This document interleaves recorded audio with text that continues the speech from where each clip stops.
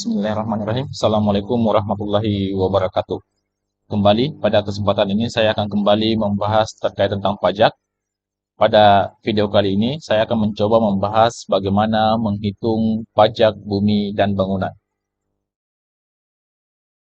Pengertian pajak bumi dan bangunan. Pajak bumi dan bangunan atau PBB adalah pajak atas tanah dan bangunan yang dikenakan kepada pemilik karena adanya keuntungan ekonomi atau status ekonomi akibat kepemilikan tanah dan bangunan tersebut. Pajak tersebut dikenakan atas tanah dan bangunan yang dimiliki sebagai hak dan manfaat yang diterima dari kepemilikan tersebut. PBB merupakan pajak yang bersifat material, sehingga besaran tarif ditentukan dari luas dan kondisi tanah atau bangunan yang ada. Nah, tarif PBB ini berbeda-beda tergantung kondisi dari luas dan kondisi tanah atau bangunan yang ada. Kemudian, objek pajak bumi dan bangunan. Objek pajak adalah bumi atau bangunan di mana pengertian bumi atau bangunan mempunyai pengertian sebagai berikut. Untuk bumi, bumi adalah permukaan bumi yang meliputi tanah dan perairan, pedalaman serta laut wilayah Indonesia dan tubuh bumi yang ada di bawahnya. Contohnya adalah tanah, ladang, sawah, kebun, pekarangan dan tambang. Sedangkan bangunan adalah konstruksi teknik yang ditanam atau diletakkan secara tetap pada tanah dan atau perairan. Contohnya rumah tempat tinggal, bangunan domisili usaha, gedung bertingkat, jalan tol, pusat perbelanjaan, dan sebagainya. Adapun objek yang tidak dikenakan pajak PBB, yang pertama adalah objek yang digunakan oleh pemerintah pusat dan daerah untuk penyelenggaraan pemerintahan. Yang kedua, objek tersebut digunakan semata-mata untuk melayani kepentingan umum dan tidak untuk mencari keuntungan, seperti sekolah, rumah sakit, dan seterusnya. Kemudian yang ketiga, digunakan untuk kuburan, peninggalan purbakala, hutan wisata, atau yang sejenis dengan itu.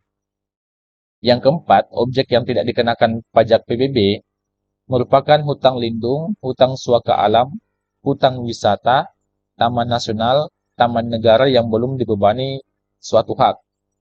Kemudian yang kelima, digunakan oleh perwakilan diplomatik dan konsultan berdasarkan asas perlakuan timbal balik. Dan yang keenam, digunakan oleh badan atau perwakilan lembaga internasional yang ditetapkan dengan peraturan Menteri Keuangan. Nah, ini adalah beberapa objek yang tidak dikenakan PBB-nya. Kemudian, dasar pengenaan pajak bumi dan bangunan. Sebelum kita menghitung pajak bumi dan bangunan, ada beberapa hal yang harus diketahui terkait tentang pajak bumi dan bangunan. Yang pertama, NJOP atau nilai jual objek pajak. NJOP ditentukan oleh Kementerian Keuangan, yang mana nilai NJOP di setiap daerah berbeda-beda karena tergantung faktor yang mempengaruhi. Faktor yang mempengaruhi salah satunya adalah letak geografis, keadaan tanah tersebut. Jadi biasanya harga tanah di kota akan berbeda dengan harga tanah di pedesaan. Yang kedua adalah NJOP TKP atau nilai jual objek pajak tidak kena pajak. NJOP TKP NJOP TKP adalah batas nilai jual objek pajak yang tidak kena pajak. Besarnya NJOP ditetapkan sebesar 12 juta rupiah berdasarkan peraturan Menteri Keuangan tahun 2014. Kemudian yang ketiga adalah persentase nilai jual kena pajak. Untuk objek pajak perkebunan, kehutanan, dan pertambangan itu dikenakan persentase sebesar 40%. Sedangkan objek pajak yang lain dengan nilai kurang dari 1 M itu dikenakan 20% dan yang objek pajak lebih dari 1 M itu dikenakan persentase pajak sebesar 40%. Terus nilai jual kena pajak atau NJKP. NJKP sama dengan nilai jual objek pajak dikurang NJOP TKP. Terus tarif pajak PBB. Untuk tarif pajak sendiri itu paling tinggi sebesar 0,5% berdasarkan pasal 41 Undang-Undang AKPD sebesar 0,5%. Nah, terus untuk menghitung PBB, untuk mencari PBB sama dengan tarif pajak dikali NJKP atau PBB sama dengan tarif pajak dikali persentase NJKP dikali nilai jual kena pajak. Tarif pajak sebesar 5% sesuai dengan pasal 41 tadi. Sedangkan persentase NJKP itu adalah 20% atau 40% tergantung nilai jual objek pajaknya. Jika NJKP objek pajak tersebut kurang dari 1 M, maka akan dikenakan tarif 20%. Jika di atas 1 M, dikenakan tarif 40%. NJKP sendiri yaitu NJOP dikurang NJOP TKP. Untuk lebih jelasnya kita bisa lihat di contoh soal berikut. Misalnya, Pak Teddy memiliki tanah 80 meter persegi dengan nilai jual 850 per meter persegi. Rumah 50 meter persegi dengan nilai jual 16.000 per meter persegi. NJOP TKP yang berlaku di daerah Pak Teddy yaitu sebesar 12 juta. Berapa PBB yang harus dibayar oleh Pak Teddy? Untuk menyelesaikan soal berikut, yang pertama kita tentukan dulu berapa NJOP yang dimiliki oleh Pak Teddy. Pak Teddy memiliki 2 NJOP, yaitu adalah tanah dan bangunan. Jadi NJOP tanah 80 meter dikali berapa meter persegi? 850 meter persegi. Harganya sama dengan 68 juta. Sedangkan NJOP bangunan atau rumah 50 meter persegi dikali 600.000 sama dengan 30 juta. Jadi nilai NJOP-nya adalah 96 juta. Itu yang pertama, menentukan berapa NJOP. Kemudian yang kedua, NJOP TKP. Di soal sudah disebutkan bahwa NJOP TKP di daerahnya Pak Teddy itu sebesar 12 juta.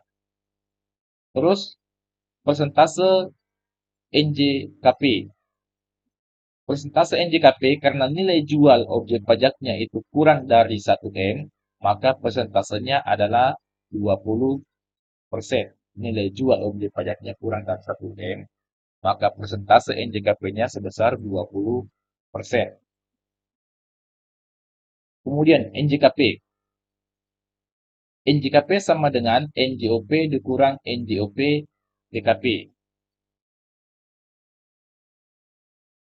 NJKP sama dengan ini 98 juta diambil dari sini, dari NJOP-nya. Kemudian NJOP TKP sesuai dengan undang-undang atau sesuai dengan soal yang ini 12 juta.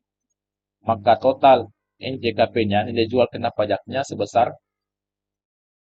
86 juta.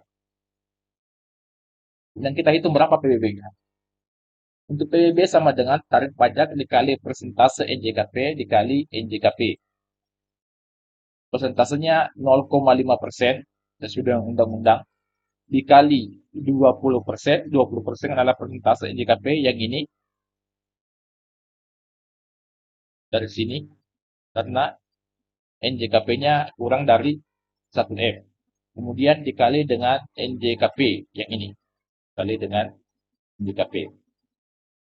Hasilnya yang ini 0,5% dikali 20% sama halnya kalau kita katakan 0,001 dikali 86 juta sama dengan 86.000. Jadi PBB terutang Pak Teddy dengan total NJKP 86 juta sebesar 86.000.